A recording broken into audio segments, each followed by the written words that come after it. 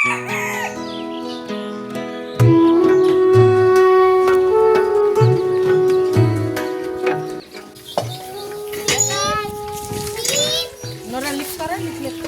আয়নের বাবা আসেনি, ঠিক আছে।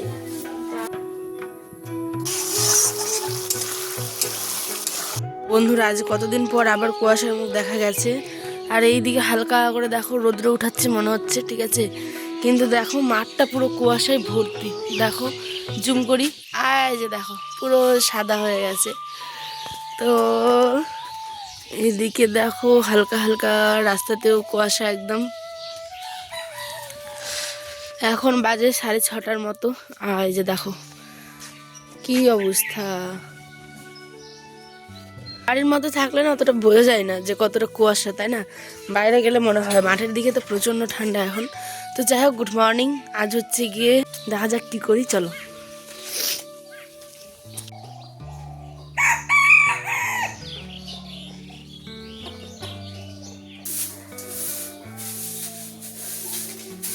হ্যালো বন্ধুরা, কী অবস্থা তোমাদের? আশা করি সকলে ভালো আছে, সুস্থ আছে। আমার নতুন একটি ভিডিওতে তোমাদের অনেকটা ভালোবাসা জানিয়ে আজকে একটা ব্লগ শুরু করছি।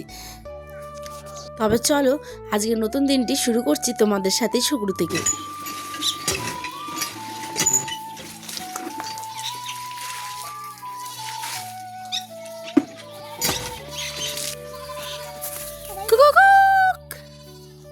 সকালে উঠেই আমি কাপড় কিছু নিয়ে চলে এসেছি হচ্ছে গিয়ে এই যে কাপড়ের ধোয়াধুয়ি করতে। মানে বেশি ছিল না, 2টা ছিল, তাই ভাবলাম চলো ধুয়ে দিই। আয়নের সোয়েটারগুলো এই ঠান্ডার জন্য এত পরিমাণে নোংরা হয়, মানে কি বলো, বুঝতেই পারছো। বাচ্চার মানে কাপড় চোপড় এই ঠান্ডাতে প্রচণ্ড জমে যায়। আর বেশি দিন না কাচলে একদম আমার ভালো লাগে না, ওরম রাখতেও পারি না। তো দেখো সমস্ত বাসি কাজ করার পরে কিন্তু আজ ইচ্ছে হলো রুটি বানাবো। এটা হচ্ছে কি বলতো, ছিটা রুটি। যখন স্কুল কলেজে পড়তাম তখন মা দেখাও হাতের কাছে যেটুকু পারতো মুখের সামনে তুলে দিত, খাওয়ার কিন্তু সময় পেতাম না একদম। তো সেই কারণেই 5টা টিউশন পড়তাম, সমস্ত কিছু মিলে একটা চাপের ব্যাপার। আর তারপরে দেখো মা কিন্তু সঙ্গে সঙ্গে বানিয়ে দিত এরকম ছিটা রুটি। তো আজ সকালবেলায় ব্রেকফাস্টে বানালাম হচ্ছে ছিটা রুটি। একদম হলুদ, লবণ আর গমের আটা দিয়ে বেশ করে চিনি দিয়ে বানিয়ে নিলাম ছিটা রুটি। তো তোমরাও কি এরকম রুটি খেতে পছন্দ করো? তো দেখো রুটিটা কিন্তু একদম মানে পারফেক্ট হবে সত্যি। আমি তো খেয়ে নিয়েছি তাই বলছি। দেখো তোমরাও তোমাদের কোথায় কি বলে রুটিটাকে কমেন্টে আমাকে জানিও। আমাদের দিকে তো এটাকে গোলা রুটি বা ছিটা রুটি বলে। এক একটা অঞ্চলের মানে এক একটা জায়গার এক এক রকম ভাষা। তোমরা যখন তোমাদের দিকের ভাষাটা আমার কমেন্ট করবে আমার কিন্তু ভীষণ ভালো লাগবে। আমি একটা নতুন ভাষা শিখতে পারবো আর কি, তার থেকে বড় কথা। তো দেখো এদিকে এই যে ছিটারুটা কি সুন্দর হয়েছে, কিন্তু একটুখানি মিষ্টি কম বলে আমি দেখো পরে আবার টেস্ট করার পরে কিন্তু মিষ্টি দেবো। ওইদিকে সকালবেলা আয়নের আব্বা চলে গেছে বাজার করতে। আর এদিকে কিন্তু আয়নও উঠে একদম মানে মা খাবো বলে কান্নাকাটি শুরু করে দিচ্ছে। তো যাই হোক চলো আমি এখানে এখন বানিয়ে নিই। একটু চিনি কম পড়ে গেছিলো বলে চিনি দিয়েছি।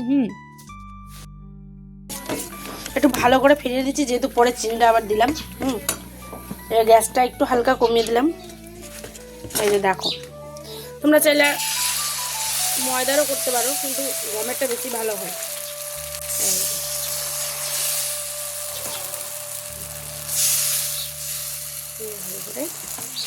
অল্প অল্প করে দিতে হবে। দেখো দেখেছো কি সুন্দর হচ্ছে না? এইটাই এবার সেদ্ধ হয়ে গেলে পরে নিজে থেকেই ওইভাবে হয়ে যাবে। এই যে দেখো। আর এদিকে আমি একটু টেস্ট করলাম, আমার ছোট্ট আইনকে দিলাম টেস্ট করতে। টেস্টি টেস্টি করছে মা। খাওয়া শোনা। আমি আমার রেজাল্ট পেয়ে গেছি।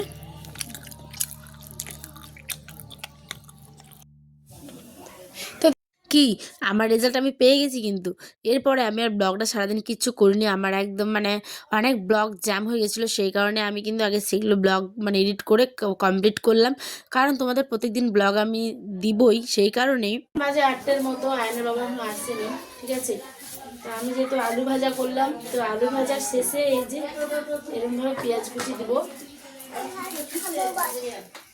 রুটি খেতে হবে, রুটি খেতে হবে, ভাত নেই আজকে। ভাত আছে তো গরম করতে হবে, অল্প আছে বন্ধুরা। আমি চেষ্টা করছি প্রতিদিনের ব্লগগুলো প্রতিদিন দেওয়ার।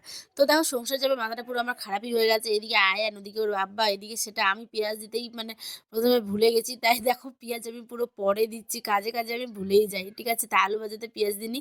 শুকনো লঙ্কা দিয়েই আমি একদম আর জিরে দিয়ে বসিয়ে দিয়েছিলাম মানে আলু ভাজা করতে। পেঁয়াজটা পরে দিয়ে একটু মিষ্টি করে ভেজে নিলাম। মানে একটু কাঁচা থাকলে মিষ্টি করে তাই বললাম আরকি। এদিকে আমি রুটিগুলো এখন ভালো করে বানিয়ে নিবো। এটা হচ্ছে ফরচুনাটের রুটি, কারণ তোমার দাদাভাই রেশনের আটাটা না খেতে চায় না, জানি না কেন, ওর নাকি রুটিটা ভালো লাগে না, তাই কিনে এনেছে। তো ওটাই আমি এখন বানিয়ে নিচ্ছি। আর এইদিকে দেখো আয়াসন আমার পিছন দিকে পিড়াতে বসে পিছন দিকে একদম খেলাধুলো করছে। কিন্তু হ্যাঁ, রাতের রান্নাটা কিন্তু আমি বসিয়ে দিয়েছিলাম, মানে দেখলে বাজা আর হচ্ছে এদিকে রুটি। তারপরেও তোমার দাদাভাই আবার নিয়ে আসবে চিকেন, তোমরা পুরোটা দেখো। মানে এত বিরক্তিকর লাগে, রান্নাবান্না হয়ে যাওয়ার পর আমি মানে খেতে দিব বা একটু ঠান্ডা লেগেছে প্রচণ্ড, হাত মুখ ধুবো, এই সময়টা দেখি যে ওই আবার নিয়ে এসেছে হচ্ছে গিয়ে আমাদের জন্য চিকেন আধা কেজির মতো। তো কি করব, বরমাসে সারাদিন পর যখন নিয়ে এসে রান্না তো করতেই হবে। কিন্তু এতদিন এইভাবে কতদিন চলে আমি জানি না, আমাকে না জানিয়ে নিয়ে এসে, জানালে আমি এত কিছু মানে ভাতই করে নিতে পারতাম চিকেন দিয়ে।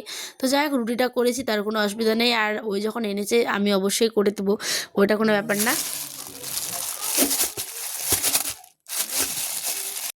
এখানে নিয়ে এসেছে আবার মাংস, পোলট্রির মাংস নিয়ে এসেছে এখানে 1/2 কেজির মতো তোমার দাদাভাই। তো এটাকে এখন আমি রান্না করব বলতে, দেখা যাক কী হয়, কষা করি না কি করি। এটা হচ্ছে আমার ফেভারিট পিস, দেখেছো? এইটা এটা আমার সত্যি কচকচিটা ফেভারিট পিস, ঠিক আছে? আর এগুলো তো মাংসই, হাড় আছে আজকে খুবই। চলো মাংসটা সুন্দরভাবে রান্না করব। তো দেখো এখানে আমি আলু, তারপরে হচ্ছে গিয়ে সমস্ত মাংস, সমস্ত কিছু ধুয়ে ভালো করে এবার মানে আনাজগুলো কেটে নিব। তার আগে আলুটাকে চলো হলুদ লবণ দিয়ে একটু ভেজে নিই।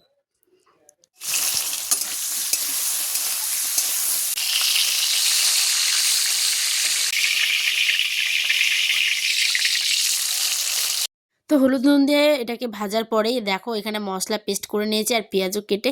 চিকেনটা একদম আলু দিয়ে কষা খাবে বললো তোমার দাদাভাই রুটি দিয়ে, তাই আমি কষাই করব। এদিকে মশলা কষানো হচ্ছে, তারপরে আমার অবস্থা দেখো পুরো ঠান্ডায়, কোনো সোয়েটার নেই, কোনো কিছু নেই, আর একদম ভালো লাগছে না। আর গ্যাসের কাছে আছি তো অতটা ঠান্ডাও বুঝতে পারছি না, মানে গরম লেগে যাচ্ছিলো, আর অবস্থা আমার এরম হয়েছে। এদিকে দেখো টমেটো দিয়ে ভালো করে মশলাটা কষে এবার আমি কিন্তু দিয়ে দিব হচ্ছে চিকেনগুলো।